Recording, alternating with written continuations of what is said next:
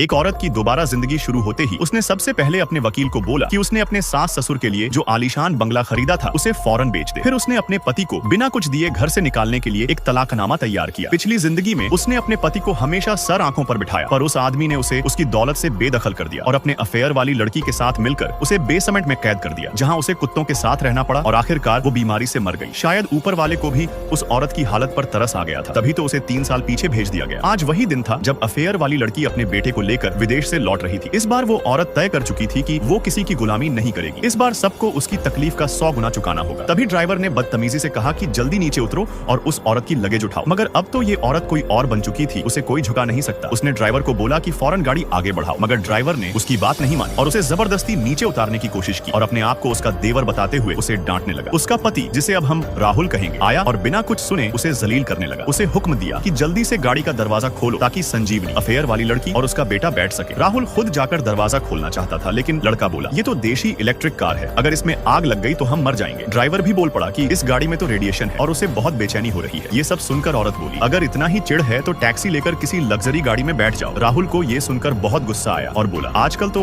Electric कारें जलने लगी हैं और संजीवनी तो बाहर से आई है, इतने सस्ते गाड़ी में बैठना उसके लायक नहीं। फिर उसने अपनी बीवी को मजबूर किया कि माफी मांग ले, क्योंकि संजीवनी ने पहले उसकी हेल्प की थी और अब वो एक गेस्ट ऑफ ऑनर है। लेकिन औरत, अब हम उसे अनामिका कहेंगे, शांत खड़ी रही और साफ बोली कि उसने कुछ गलत नहीं किया। राहुल ने जिद पकड़ ली कि वो अब उनके लिए पेट्रोल वाली लग्जरी कार खरीदेगा। अनामिका ने हल्की सी मुस्कान के साथ हामी भर दी और कहा कि ठीक है, वो खुद उनके लिए पोर्शे बुक करवा देगी ताकि वो लोग उसकी पिछली जिंदगी के दर्द की थोड़ी झलक अभी से देख लें। अनामिका ने 50 लाख की पोर्शे बुक की, लेकिन लड़का बोला, ये भी कोई गाड़ी है, मुझे नहीं चाहिए ये टूटी फूटी चीज। राहुल भी चिल्लाया कि तुमसे कुछ ठीक से नहीं होता। बोला, संजीवनी के लिए तो कम से कम 3 करोड़ की कार चाहिए। फिर उसने शोरूम मैनेजर से कहा कि उन्हें सबसे महंगी पोर्शे दिखाओ। राहुल ने डंके की चोट पर बोला, मेरी बीवी के पास बहुत पैसा है, वो पूरा कैश में खरीदेगी। शोरूम स्टाफ ने उन्हें एक लिमिटेड एडिशन वाली 5 करोड़ की गाड़ी दिखाई। राहुल ने कहा, संजीवनी को तो बस जैसे तैसे ये चलेगी। संजीवनी बड़ी शर्मीली बनकर उसमें बैठी और अपने बेटे को भी बुलाया, लेकिन वो लड़का तो जैसे तूफान था। उसने कई गाड़ियों की विंडशील्ड तोड़ दी और लोगों तक उखाड़ दी, करीब 1 करोड़ की बर्बादी कर दी। लड़का बोला, इनकी कारें ही घटिया हैं। राहुल ने भी मैनेजर को डांटा कि तुम्हारी गाड़ियों में दम नहीं है, जो एक बच्चे से टूट गई। मैनेजर गुस्से से फट पड़ा और बोला, या तो 1 करोड़ का डैमेज भर दो वरना पुलिस बुलाऊंगा। राहुल बोला, ठीक है, मैं सब गाड़ियां खरीद लूंगा, मेरी संजीवनी बदल बदल कर चलाएगी। मैनेजर ने सोचा बड़ा ग्राहक मिला है, झुक झुक कर माफी मांगने लगा। संजीवनी बोली, इतनी गाड़ियां खरीद लोगे तो अनामिका को बुरा लगेगा। राहुल बोला, अनामिका को पूछने की जरूरत नहीं, मेरी मर्जी से होगा। मैनेजर ने कंफर्म किया, इन सब गाड़ियों की कीमत 15 करोड़ है। अगर अब भी पीछे हटना चाहते हैं तो मैं सिर्फ 1 करोड़ का डैमेज चार्ज लूंगा, लेकिन अगर एक बार बिल बना दिया तो फिर कोई रिफंड नहीं होगा। राहुल बोला, बिल बनाओ, मैं सब लेता हूँ। संजीवनी खुश होकर बोली, मेरे फंड्स आते ही मैं भी तुम्हारे लिए एक गाड़ी लूंगी। लेकिन राहुल बोला, तुमसे नहीं चाहिए, जो भी दोगी वो अनामिका के पैसे से ही होना चाहिए। संजीवनी ने फिर से 1-2 करोड़ की गाड़ी राहुल को गिफ्ट के नाम पर चुनी। मैनेजर ने 17 करोड़ का कॉन्ट्रैक्ट बनाकर राहुल को दिया साइन करने के लिए।